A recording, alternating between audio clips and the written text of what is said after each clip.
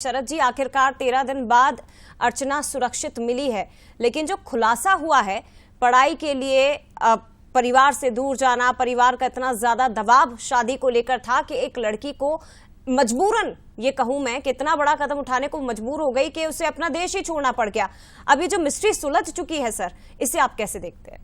बिल्कुल, देखिए इसमें कोई और एंगल है। आखिर सारांश जो लड़का है वो क्या दोस्ती के नाते ही मदद कर रहा था? आखिर इसमें इतना जोखिम उसने क्यों लिया?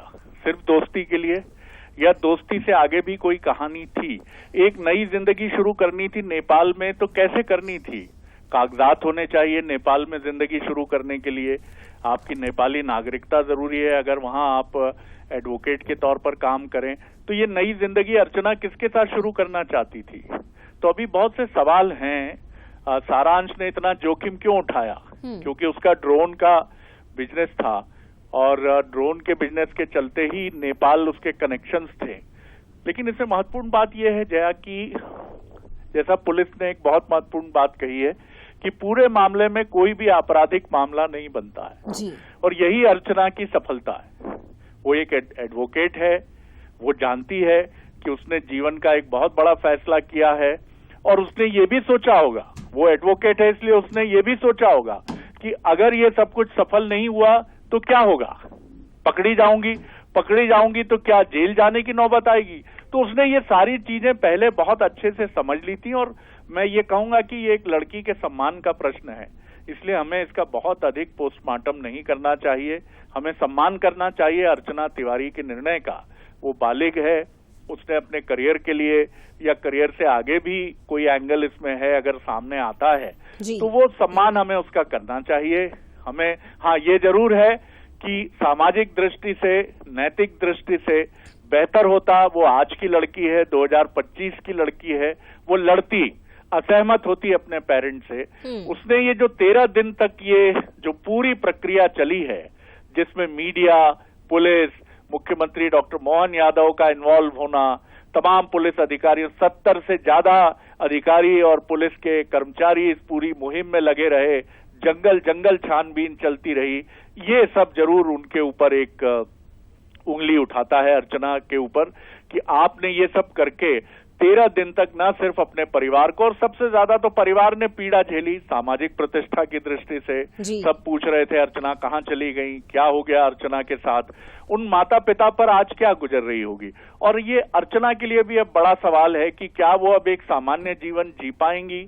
हमारी शुभकामनाएं हैं उनके साथ, लेकिन क्या वो लड़ नहीं सकती थी? अगर वो इतनी तेज तर्रार लड़की थी कि वो एडवोकेट थी, डील करती थी केसेस, अपनी माँ का ऑपरेशन उन्होंने कराया, वो अपनी मर्जी से जिंदगी जीना चाहती थी, तो क्या दिक्कत थी? वो तो कानून समझती थी कि कोई भी दबाव नहीं डाल सकता था। तो यहाँ भारत का जो पारंपरिक चेहरा है परिवारों का, उस पर फिर सवाल आता है सोनम की तरह, सोनम कांड की तरह, कि हमारे परिवारों को भी लचीला होना चाहिए। अगर वो लड़की नहीं चाहती थी किसी नायब तहसीलदार या पटवारी के साथ विवाह करना, तो आपने दबाव डाला तो उस लड़की ने एक पूरी योजना बनाई और उस योजना में अलग अलग किरदार शामिल होते चले गए।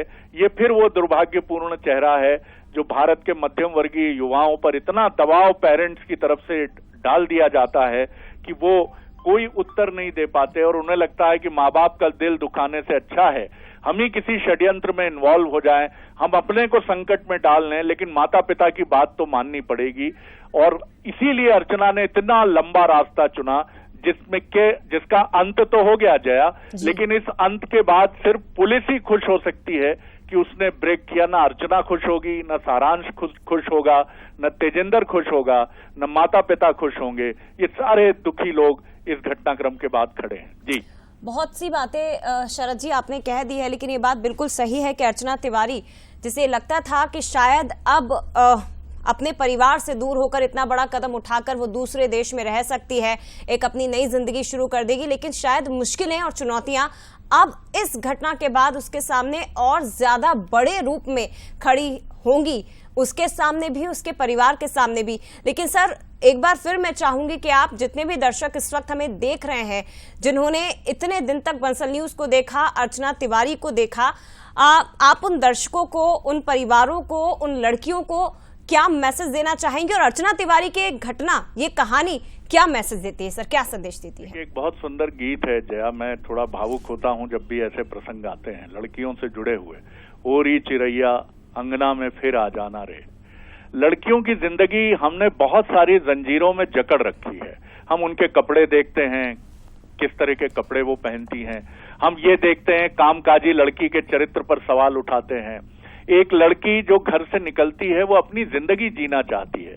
एक लड़के के लिए क्या ये इतनी जटिल समस्या होती कि वो एडवोकेट होता और अपनी पसंद की लड़की से शादी करना चाहता या शादी न करना चाहता? हमें थोड़ा सा लचीलापन और परिवार की काउंसलिंग बहुत जरूरी है। समाज को अपनी प्रतिष्ठा को नाक का सवाल नहीं बना लेना चाहिए कि मेरी नाक का सवाल है, मेरी नाक जो है वो बहुत ऊंची है, चौधरी हूं मैं, मेरी नाक कट जाएगी।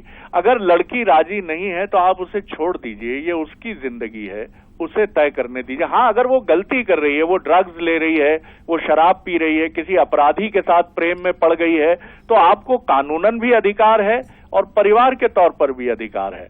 लेकिन अगर कोई लड़की शादी नहीं करना चाहती है, वो अपने करियर पे ध्यान देना चाहती है या उसका कोई बॉयफ्रेंड भी है जिसके साथ वो आगे जीवन के सपने देख रही है, तो इसमें परिवार को बाधा नहीं बनना चाहिए। जब जब परिवार बाधा बनेगा तो सोनम रघुवंशी भी सामने आएंगी और अर्चना तिवारी भी सामने आएंगी। बहुत धन्यवाद आपका सर, बहुत खूबसूरती से आपने तमाम लोगों को समझाया कि कितना जरूरी है। हर समस्या का हल शादी कभी नहीं हो सकता।